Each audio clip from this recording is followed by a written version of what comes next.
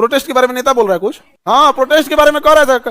देखो बिहार का है नहीं, अब तुम समझना ध्यान से, बिहार में फैक्ट्रीज क्यों नहीं आती है, उसका सबसे बड़ा तुम्हें जीता जागता उदाहरण देते हैं। अभी हम लोग बीपीएससी के खिलाफ आवाज उठा रहे थे। सरकार के एक प्रवक्ता हैं, क्योंकि सरकार जेडीयू की है तो उनके पास पूरा पावर होगा। उनका कहना है, खान सर कोचिंग का पूरा मानक फॉलो कर रहे हैं कि नहीं। आप समझो, उनकी क्या क्वेश्चन नहीं है, धमकी है। कौन फैक्ट्री क्यों आएगी बिहार में?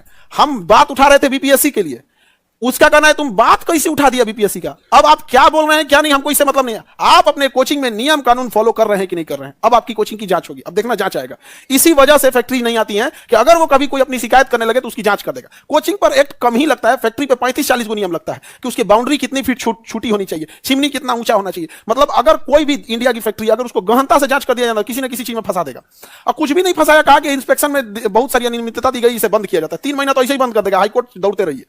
यही वजह है कि नहीं आ रहा है। धमकी हमको खुलेआम दिया जा रहा है कि आपकी भी जांच होगी, कोचिंग एक्ट फॉलो कर रहे हैं कि नहीं कर रहे हैं। समझ आ गया कि नहीं आ गया? आप भी जेल जाइएगा। तो जेल से हम डरे रे, तुम्हारे जेल से डरे हैं। तुम ये बताओ, तुम जेल से डरे, ये बताओ जिस दिन जेल से बाहर आएंगे उस दिन क्या करेंगे? जिस दिन जेल से बाहर आएंगे उस दिन क्या करेंगे? ये जितने बच्चे हैं ना, ये हर एक बिहार का ऐसा कोई गांव नहीं होगा, कोई वार्ड नहीं होगा जहां से बच्चे बच्चे होंगे। उस हर गांव से मंगाया जाएगा एक एक वीडियो कि बताइए आपका मंत्री ने क्या किया। उब जाओगे देखते देखते। जो पुल गिरा रहे हो ना, आज मीडिया नहीं पहुंचती है पुल गिरने के बाद, वहां 5000 आदमी पहुंच जाएगा, गिरा दिया, ये चोट्टा गिरा दिया, पुल गिरा दिया, ढा दिया, पैसा खा गया, ये कर दिया, वो कर दिया। नहीं समझे? हम सोचिए, हमारा मांगना है री एग्जाम, बीपीएससी ने धांधली किया। हमको सरकार पे कभी कुछ बोलने गए? हम सरकार से मांगने गए कि आप ये इंडिपेंडेंट बॉडी बीपीएससी गलती कर रही। सोचिए, सरकार में बैठा इंसान, सरकार में बैठा इंसान प्रवक्ता अगर बोलता है तो ऊपर से समझिए सीएम से बात आ रहा है। हमारा ऑफिस एम्प्लॉई जो ऑफिस में बैठा है वो अगर कुछ बोल रहा है कि बैच इतने बजे आएगा, फीस इतना, इट मींस हमारी ओर से इंस्ट्रक्शन है। समझा गया ना? वैसे नहीं कह देगा कि आज छुट्टी है, इंस्ट्रक्शन है। सोचिए, उस व्यक्ति को ऊपर से इंस्ट्रक्शन है कि इनकी कोचिंग की जांच कीजिए। कर रहे हैं लोग कि कोचिंग का मानक फॉलो कर रहे हैं ना, जांच होगा आपका भी, आप भी जाइएगा जेल। केवल इसलिए कि हम मांगे क्यों? इसलिए कोई फैक्ट्री उक्ट्री नहीं आता है। हमारी मांग है बीपीएससी से, आपको मानना है नहीं मानना है मत मांगे। आपकी हिम्मत कैसे होगी आगे यहां जांच करने के लिए? और हम यहां कोई फैक्ट्री नहीं चला रहे हैं, आप इसको बंद कीजिएगा, हम सड़किया बैठ के पढ़ाएंगे। समझा ना? हम कौन मारे यहाँ कारखाना डाले हैं कि मशीन बंद कर दीजिएगा, अंदर तो उत्पादन नहीं होगा। यहाँ पे हमारी मशीन है, समझे? जहां से होगा वहीं से बोला जाएगा। ये कितना घटिया बात है कि जांच आपकी होगी। क्यों?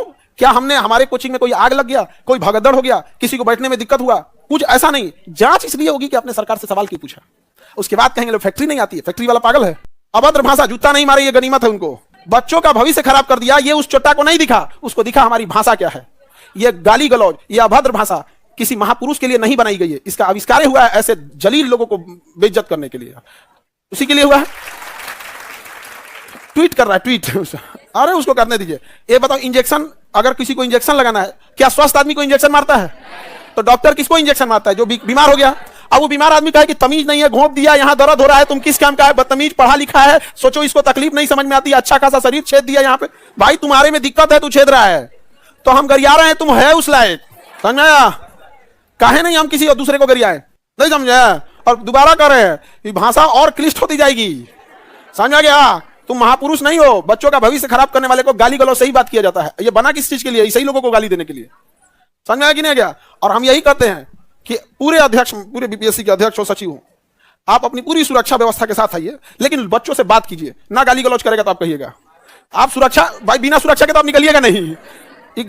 हमसे कह रहा है लोग कि इतने बाउंसर लेके क्या कर रहे हैं। वो मैनेजमेंट के हिस्सा थे, उस समय हमको ले गए थे, बाकी आप लोग को वही संभाल रहे थे। दूसरा, हम चोरी डकैती करके नहीं ले गए, अपने पैसा से ले गए थे उतने लोगों को। कोई सरकारी गार्ड लेके, हम एक मामूली नेता हो गए तो 20 लेके घूम रहे हैं। तुम बताओ, जनता के पैसा से जो पुलिस में भर्ती हुआ था, बिहार की सेवा के लिए हुआ था, तुम अपने पीछे घुमा रहा है। तुम बताओ तुम्हारा गार्ड कहां से आया? हम तो पैसा से दे के गए। भिखमंगा थोड़े हैं हम, नहीं समझे?